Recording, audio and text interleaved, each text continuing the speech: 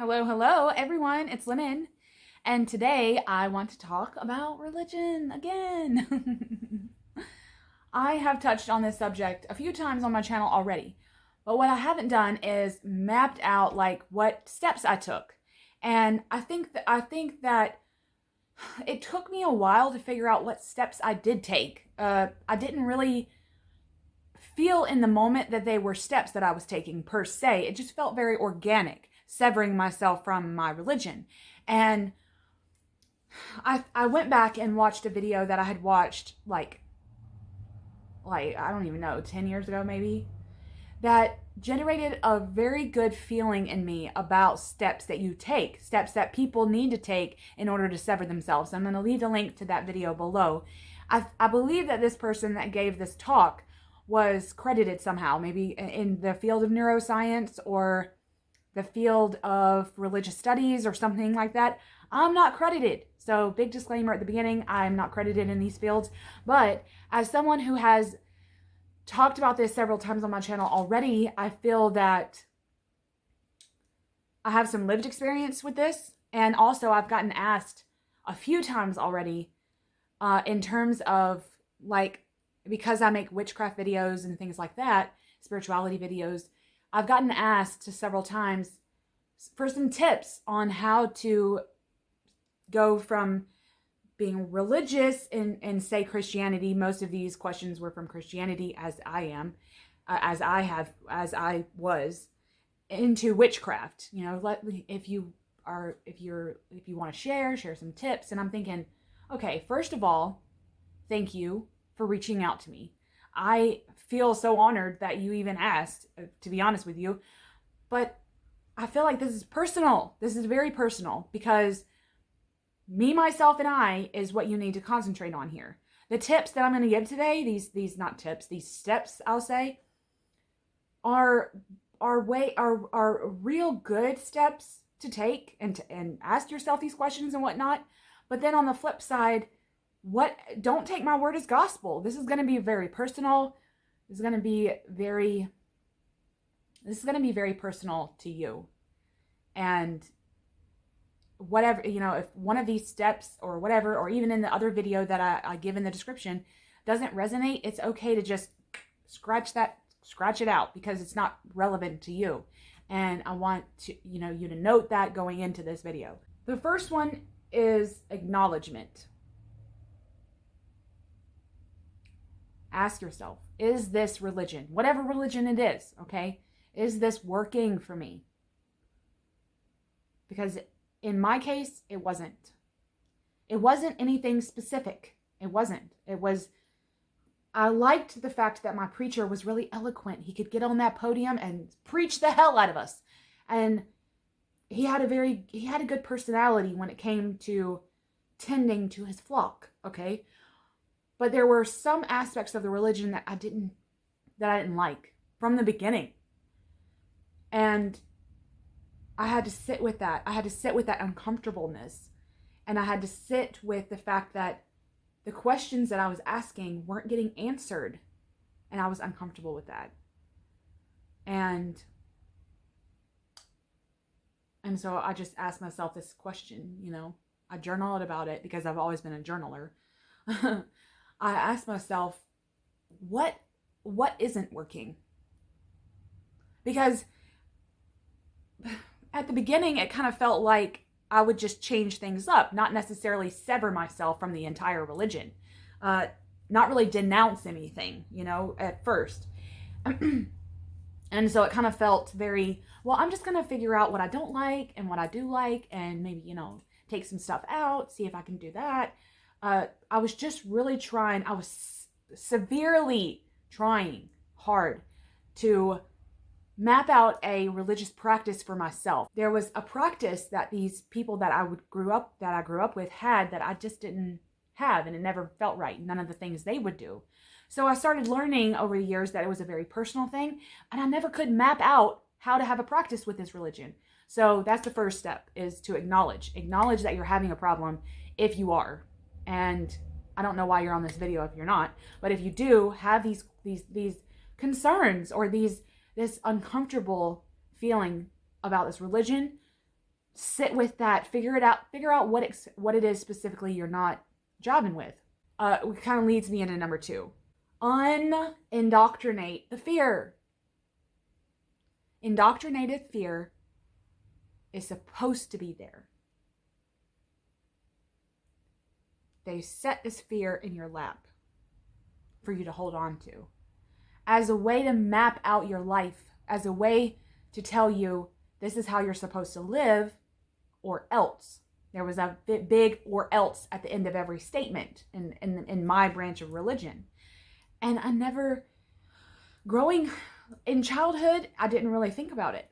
But then when I started getting older, what happened was this fear that seemed to be on everybody's mind. I started noticing things about human nature. And I started realizing that we all have dark thoughts, that we all have negative thoughts, that we all have these things that the church would tell you need to ask forgiveness for, right? But if it happens to everyone, literally everyone, how could we possibly be damned for this? You're banking on the fact that we're humans. That's what it is. This God is banking on us. He made us, right? Let's go through this. He made us, gave us free will, gave us these dark thoughts, this ability to have these dark thoughts and impulses and what have you. And then is banking on that, turning it around as ammo against us. Like, yeah, you have that, everyone has that, but you need to ask me for forgiveness for that. It's like, you made us. Like, what the hell? So anyway, let's not go on a rant about that, but the fear is supposed to be there. Totally unwarranted, but you're a human. You're going to have all these things that happen to you, these mindsets and these, like I said, these impulses. And it's normal. It's normal. What happens with that fear is it's indoctrinated, right? So the church turns it around, uses it as ammo against you, even though it's part of your human nature. And then what happens is you turn that around and in on yourself. You start fearing those impulses and you start fearing the things about yourself. You're shaming yourself, regretting the actions that you do, the decisions that you make. And then until ultimately you don't know how to make a decision because you're fearing of those, you have so much fear surrounding those decisions. Because of this fear of damnation. Not only do you outsidely fear going to hell and being damned for all eternity, but then you turn it in on yourself. Which I'm not going to get into today, but leads to a whole bunch of shadow shit, okay? in terms of young. That's number 2. Number 3. Read a book, people. I wasn't an avid reader. I am now. But my childhood, I'll say before my innocence really ever got shattered, there was no book, and I mean no book, that could have generated a vivid enough picture that I could do in my mind. That's how powerful my fucking imagination was back in the day. There was no book I could have read that would have done better than my own brain. And it wasn't until, as you grow older, okay, your innocence starts to shred, okay? And it wasn't until I got into middle school, I think, I had a powerful teacher. She handed me this book about vampires. It wasn't Twilight. It was some weird middle schooler book, middle grade book. And anyway, I read it. It was fantastic. And the rest is history. And I pretty much read like a novel every other day now, thanks to that teacher. But what that did was it generated my love of literature and knowledge, research brain. It started me on it opened up so many paths for me. I could never thank that teacher enough, okay? But what that did was I started to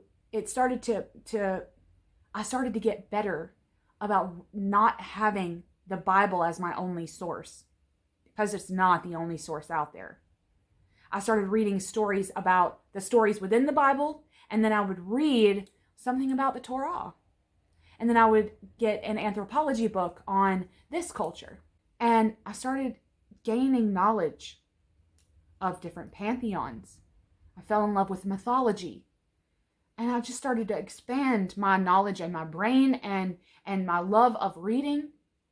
And it really expanded what I thought of the Bible. As I know that this is blasphemy, okay, people, but as a form of literature, it expanded what I knew of the Bible. Okay, most people, I'm only saying it's blasphemy because in my church, it was blasphemous to say the Bible was a book, like a book.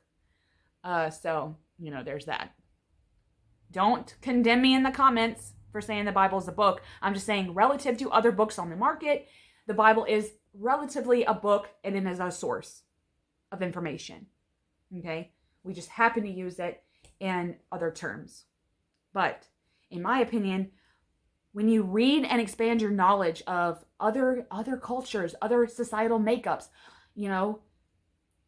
other religions, you can expand. You can. It's not a sin to read a book. Anyway, it's not. Even if you wanted to stay in this religion, it's not a sin to expand a little. And then what I was going to say before about like the fear mixed with the book, okay? I started, because as I grew up and my innocence shredded and I had to read to kind of formulate more vivid daydreams, I'll say, what happened was I turned that around and I started mapping out this vision of hell. It was like a recurring dream for me. When I was a child, and I don't mean child as in like 5, maybe 10, okay? On the cusp of puberty or something, there was a sermon about hell. And it was about fire and brimstone, and I had this vivid daydream. Vivid. Of me walking. It was a gravel road, and it led into this cave. And then once I got into the cave door, fire was dancing on stone. Like, if you've watched any movies or anything, you know that on stone, fire kind of spreads and it kind of like seems like it's floating like fog on the stone. That's what happened on the cavern walls. Then until finally, I walked into this cavern, this beautiful cavern with this lake at the bottom. And the lake, because that's normal in caves, this lake mirrored the top. And the top seemed to be made of these like citrine stalactites or stalagmites or whatever. And it was mirroring that in the lake. So like these firestones were in this cavern. The fire was dancing on the sides of just the entrance. It was kind of like crawling, kind of like a big mouth. The fire was dancing on the walls, and there was gas pockets of fire that would come out. But there was actually not a lake of fire. The lake was a lake, which was water. And it was mirroring the top, which was citrine. So the whole cavern looked like it was made of fire. I had generated such a vivid daydream of this. But the funny thing was I kept thinking, this ain't scary. I was never scared of this place that I generated in my mind. And never once did Satan come out and talk to me. So, there's that. Because trust me, I was trying to formulate that to see if I could be scared of him too. And that's when I realized at a young age that the devil is within me. Satan is within me. It's not this real thing. It is real, but it's in here. And it's on my back. It lives in the shadow. He lives in the shadow of us all. Anyway, that's my views. So that's a way that I formulated more vivid images by reading more, expanding my knowledge of religion in general, like religion in a total sense, and then a way to fight against the fear of damnation and fire and brimstone. So that kind of roped that in. Number 4 is identify with yourself now. Once you sever yourself from this religion, you probably had a role in your church or in your religion in a total sense, you had some kind of role that you played. For me, I didn't have a role because I was still kind of young, but this happened to a family member. We were at church almost as much as the doors were open. And I know that I had a family member who had a big role in the church. They were a teacher, Sunday school teacher, a nursery school teacher. Like on, one Sunday a month, they would teach nursery school. They would clean. They would be the cleaner of the church. They would be the sewer of the church. So if we had banners that wanted, like for celebrations, they would, sew these banners or whatnot. So they had a big role in the church. If you start asking yourself these questions, expanding yourself, and then you still sever yourself in the end, there's an identity of yourself that you're not going to know. You have to relearn who you are, okay? Because the church has been telling you who you are this whole time. And so for me, I had to identify with myself. What that looked like was mapping out a life without the fear, mapping out a life where I had a career path, I had a hobby path, I had things I liked to do, things I liked about myself, without having some entity tell me that it was wrong or right or whatever. So you have to kind of relearn yourself, and it's really important. Number 5 is find your paradise now. These religions will tell you that you're mapping out a life in order to not be damned and to get to heaven, right? Or whatever paradise it is for you, okay? Oof. And then you forget to find the paradise on earth because it's there. It's in the little moments. It's on the dance floor at the bar you're at on Saturdays. It's in the friends that you make. Find your paradise. Find what makes you giddy now. Don't sit your whole life waiting for paradise at the end of after death. Be happy now. Find what's making you really, really happy now. And that's going to help you in the long run too, is to find some sort of paradise. And I know that I put 5 cross 6 because I added one. I added one after making this whole list. And it was disconnection.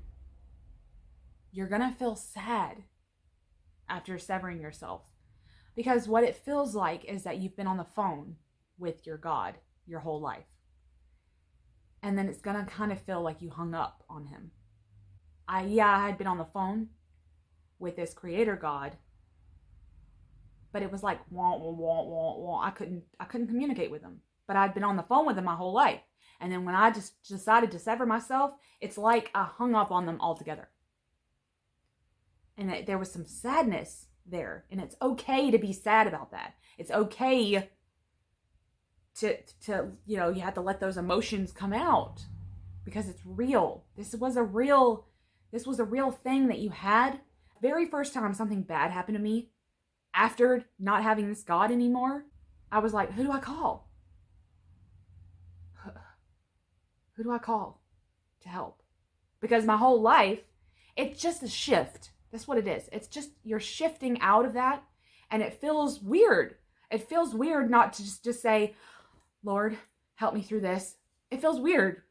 It just is what it is. It's going to feel weird because you've been doing it your whole life. Every time something bad happened to me in my life, my mom would be like, get on your knees and pray right now. Get on your knees because you need God right now. And it was what it was. So I was used to that. It became a habit, right? To ask God for certain things and to ask him to heal and strengthen me through things, right? In terms of prayer. And so it kind of feels weird not to have the connection anymore. There may be bouts of shame, like I said, and guilt and panic. Panic for not knowing who to call. And it's perfectly okay. And I think that that's part of the growth, part of growing out of that. And it's about reforming new habits with the practice that you're in. Formulate new rituals, new things that will get you out of those mindsets. these are my steps. And by no means these were the only steps I took. These are just kind of like how this is like what generated out of my mind onto paper, really. But I hope that this helps. I hope that it gets to somebody that needs to hear that some of these things are okay. And please go watch the other video that from this credited person. I can't remember if they're credited. I'll put it in the description box though. So go watch that if you need more steps. Some of those weren't relevant to me specifically, so I wanted to give my, thoughts on this. And I'm very passionate, and I'll be talking about it again. If you have any questions, I can answer them to the best of my abilities coming from a personal perspective. Feel free to leave them in the comments because I want to generate the communication about this. Please know that you're not alone. So I hope to see everyone again on the channel. Much love.